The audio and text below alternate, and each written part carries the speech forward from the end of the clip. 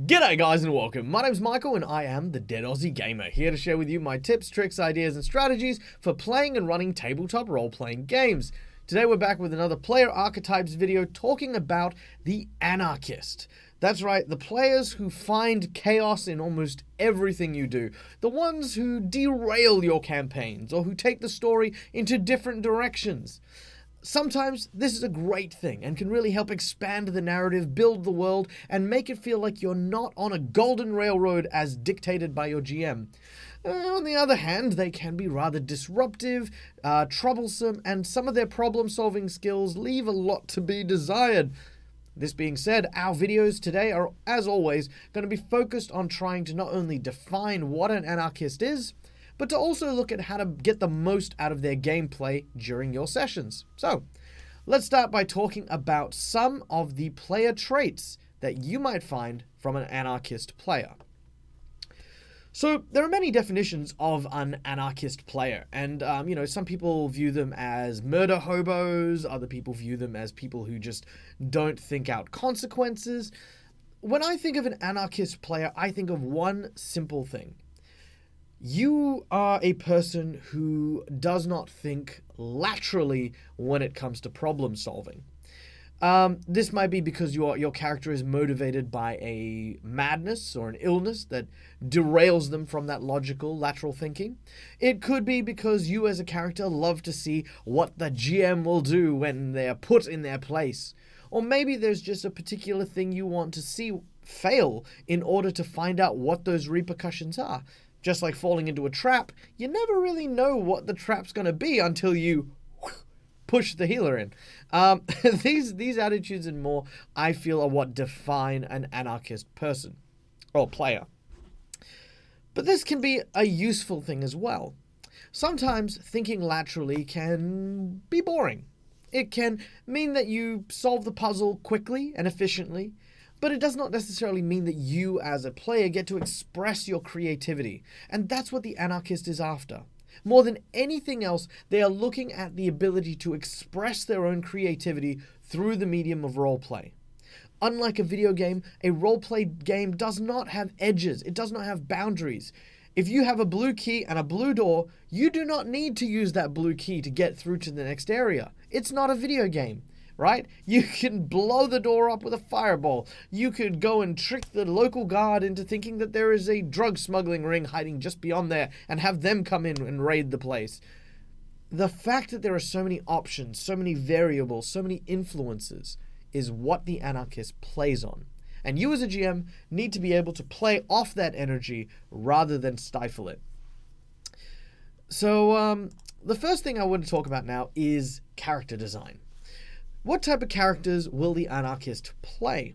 Well, from my experience, anarchists tend to play, again, very, very obscure characters. People who have a particular, I suppose, skill set, something that they are very good at that is not commonplace.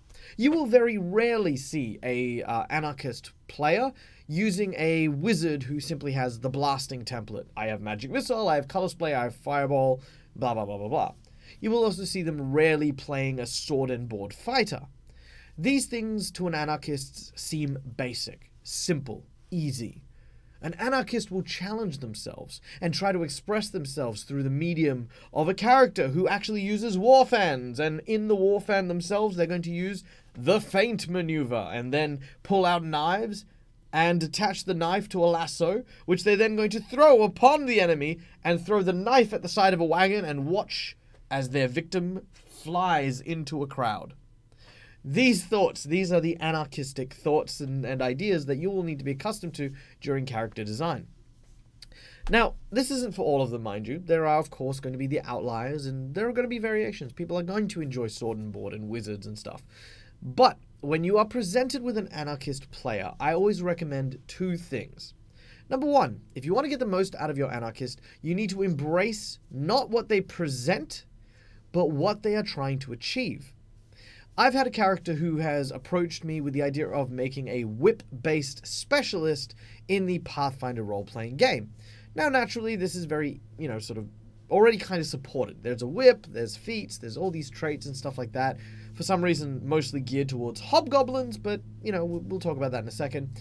And this player said, I want to play a whip-based character who has dominate abilities. So I want to turn him into like a lion tamer. I could sort of and like, you know, crack my whip and then command people to do stuff. So I took that idea and I went, okay, cool. So we want this. Now, using a whip outrightly is a heavy feat tax in Pathfinder, or Pathfinder 1st Edition. So how could I make it more accessible? So I said, all right, here's what I'm going to do for you. You do not need to worry about any racial prerequisites for whip feats. You, because you want to do this, can use any whip feat you want as long as you meet the other prerequisites. Second, you want to try and dominate people. So we're going to go along the lines of a magus, a half fighter, half spellcaster type character. And the difference is that I'm going to add a couple of spells to your whipping ability, such as Cause Fear and Charm Person and Charm Monster. I will take some stuff out, so you can't, you know, do like flaming whips anymore. You can't do, well, I mean, we kept the flaming whip, but just like, you can't do bonuses and stuff to your whip as you normally would. We changed them out. The player appreciated this immensely, and I actually found that they took a less abrasive stance against anything I would do. Because I'd given them so much leeway to express themselves, they became conscious about it. Like, every single fight wasn't about trying to dominate everyone. They said, okay, cool, I'm going to save it to dominate beasts because that suits my character. They said, oh, well, you know, seeing as I don't have more of a aggressive thing, maybe I'll take these feats to do some utility, you know, use my whip to grab stuff off a table and whip it towards me. These design elements means that the Anarchist gets the thing that they want, which is a tool in which to engage the game in a bizarre, interesting, or unique way. So character design. Don't give them everything they want, by the way. You know, use your better judgment. This comes with experience. And at times, always throw in this is how we're going to play it for the time being, but I need to see how it works in the game before we solidify anything. So just be aware that anything we homebrew might end up getting the axe if it's too broken. All right. Next up, teamwork. You are playing with an anarchistic character. Now, the biggest problem that I've ever had with anarchistic characters is actually not with the fact that they are ruled by their own whimsy. It is the fact that they don't have any goal, any stable idea of what their character's purpose is within the world of the game. If I were to look at the teamwork for me as a player to work with an anarchist, I need to find out, or at least need that player to understand that he has to have a goal, right? Once they've got a goal, they can be manipulated, they can be guided, they can be reasoned with. If an anarchist is just doing whatever for whatever reasons, then of course there's nothing you could really do. There's no real connection. In fact, the simple fact that you're a part of the team is an outlier, because why would you trust someone who is by nature so untrustworthy? So that's the first thing that you want to be exploring. You want to be exploring personal goals for this anarchist. Try and encourage them to use it. Then, as another player, try and use that in order to guide your anarchist in your team. I think the best way to explain it would be a character like Jane from the Firefly franchise. Loved Jane. Jane was fantastic. Jane was ruled by instinct, and primal, very base instincts at that. Money, sex, violence. Those were the three, and food, and drink. But, you know, these were the main things that motivated him. Mal used those things in order to ensure Jane's loyalty. Now, the first time that Mal had actually met Jane as a character, Jane was actually working for a group of bandits. He then played to Jane's desires, Jane's needs, his motivations, and eventually got him to turn on his allies and join you, or join him. You can do the exact same thing with your anarchist as well. You can ensure their loyalty by giving them those things that they strive for, or making it seem as though you are working towards the same goals as them. Now, this goal may change, it may vary, but it's the only way to really get them to stay loyal to your team. Now, if you are playing an anarchist character, and I'm going to say this once, I'm going to say this very clearly. Anarchy is not contrarianism. Now, contrarianism is something where you, for whatever reason, have decided to take an opposing or abrasive stance against what everyone else is doing. Do not do this. This is not anarchist. This is not, chaotic. This is not clever. It is just reflexive. And as a reflexive style of game, all it does is create animosity between you and your player, or your fellow players. Don't get to the point where they say, all right, we're going to go sneak in. I bang some pots. Why? Oh, because I'm chaotic. It's what I do. No. Terrible. I'm going to set free this large bird. I'm going to shoot it. Why are you going to shoot it? I don't know. Seemed like a thing. I want chicken wings and no one else let me kill it. An anarchist is not contrariist. They do not thrive off conflict. They thrive off freedom. And that's what you need to look at. You need to be the kind of player or the kind of character that is free to explore what they want to do, but at all times you work in the interest of the group. If you find a scenario where you are on your own and there is only you expressing a particular idea or opinion, express the idea, express the opinion. Do not act upon it. Don't say, well, I want to eat the bird. Everyone else wants to save it. Let them set it free. It's a free bird. Be grumpy about it. Be like, oh, I'm still so hungry though, Let that happen. Don't then try to countermand what the group is doing. That, I think, is the biggest tip I can give to any anarchist player, is do not countermand or work against the group. All right, next. Boom. Oh, we did the playing with. No, that's right, playing with. So that's the teamwork stuff. So let's say that you are an anarchist player and you are in a game and your team does not understand you. This is a very common thing for a lot of anarchist players because, well, when you don't think laterally in a game that is fundamentally about building characters, mechanics, mathematics, it attracts lateral thinking players. It's a very difficult thing to find your own place. Where is your place? Is it as the person who ensures the game is constantly moving forward?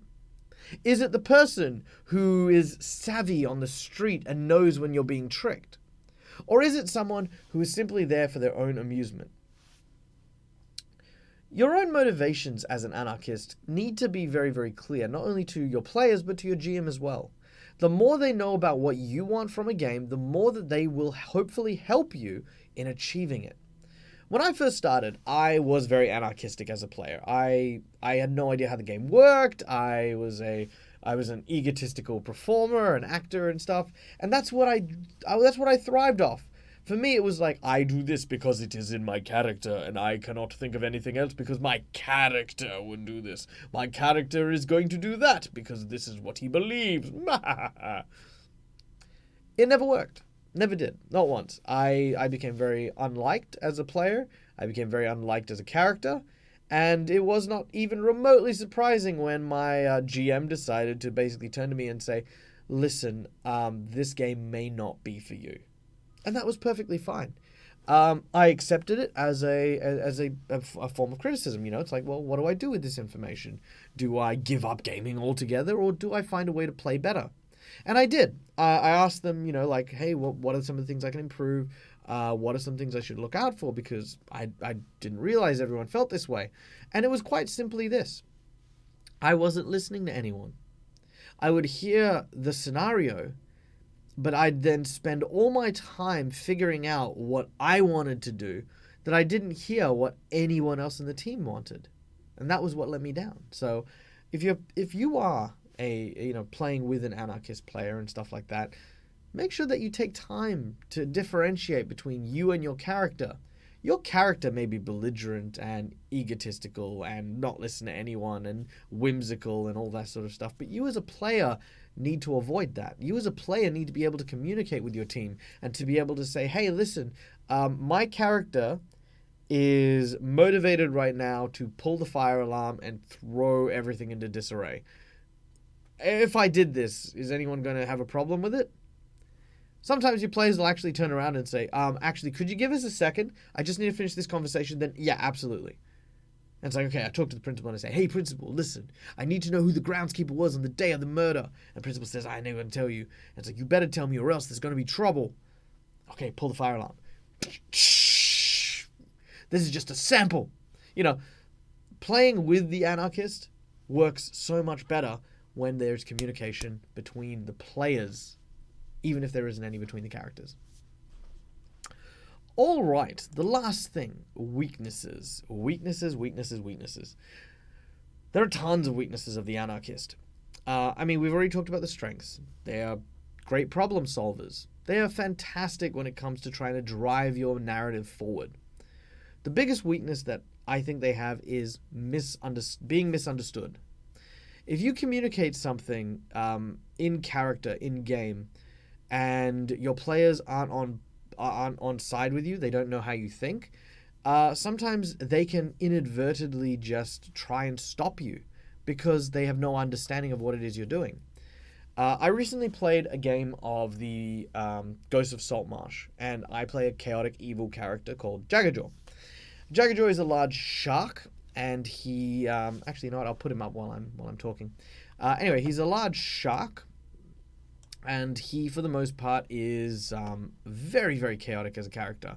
Spends most of his time eating and sort of minding his own business, and he's the shipwright for the most part. Now, to explain how this works, Jaggerjaw comes from a race of very aggressive creatures. And so it's not unreasonable to think that, hey, when he's kind of on his own, he is prone to acts of aggression. This being said, I got into a scenario where my group was being watched down the street by some thugs. And I thought to myself, well, if they watch us here in this place, they're going to know that the people who run this place are indeed our friends. So I wanted to distract these guys. I wanted to sort of make it so that they didn't see, what we were doing, so that I could, very quickly deflect their attention. So I grabbed hold of the chef, threw her onto the table, started smashing things around in hopes of, the people outside hearing the commotion, and then basically going, oh wow, these guys are really bad enemies of the people in this place. My group had no idea what I was doing. My group had no clue about the plan or anything like that, and they basically drew their weapons and sort of came up to me and they said, you need to calm down. And I'm like, my character is calm. My character is as calm as hell. What are you guys doing? Did you guys not pick up on what I was doing? Because, these people, the thugs outside, they're going to go tell their boss, and this place is going to burn if you don't help me. But I couldn't say that because, of course, that would then let the ruse up. So I was kind of caught. Eventually, after the game, and after we'd kind of, they talked my character down, I got headlocked by the chef, who did not like being thrown. After these events, though, they went, oh, that's what you were trying to do. That's actually not a bad idea. And by that stage, my character was like, it's a bit late now, but, off I go. And that's the trouble of an Anarchist player, is if you don't communicate well, that will happen. It'll happen all the time. So focus on your communication. If it helps, write things down. If you come up with a plan, as much as, obviously, you might abhor it, write down your strategy. Run it past whoever the leader of the group is, and then maybe even run it past the GM. Say, I'm thinking about doing this. Is this a good idea? Or I'm thinking about doing this. Is this going to disrupt anything? Sometimes your GM will go, nah, this is great. Go ahead. Other times they'll go, well, maybe wait a little bit. Even getting that acknowledgement that, yes, you can do this, but in a little bit, means that there is something important coming that this is not going to help.